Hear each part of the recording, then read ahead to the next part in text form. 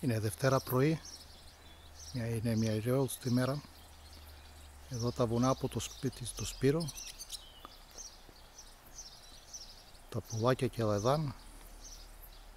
Εδώ είναι οι καρυδιές, έχουν καρύδια. Προχωράμε παρακάτω, Μάζνιορ. Εδώ θα δούμε και τη γόρινα πέρα. Η γόρινα είναι καταπράσινη, όλο χόρτο. Κατασκοπία κάνεις.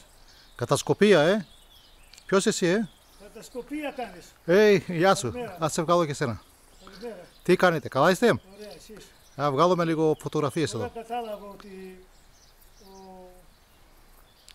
ο Σπύρο, ο πατέρας και ο πατέρας σου είναι αδέρφια. Ναι. Εσύ ποιος είσαι? Έκανα σύγχυση εγώ. Εσύ ποιος είσαι? Με τον Νίκο και ο πατέρας είναι μπατσανάκια. Εσένα πώς σε λένε? Εσύ ποιος είσαι?